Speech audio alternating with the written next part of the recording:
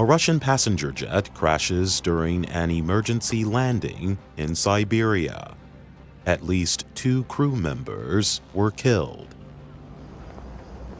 Leaders from Canada, Britain, and Italy arrive in Osaka, Japan for the G20 summit. Leaders from the world's top economies are to attend the talks. The worldwide return of the Boeing 737 MAX jet will be delayed because of a newly discovered computer software problem. And in the United States, 10 people seeking to become the Democratic Party's candidate for president debated on NBC News Wednesday night.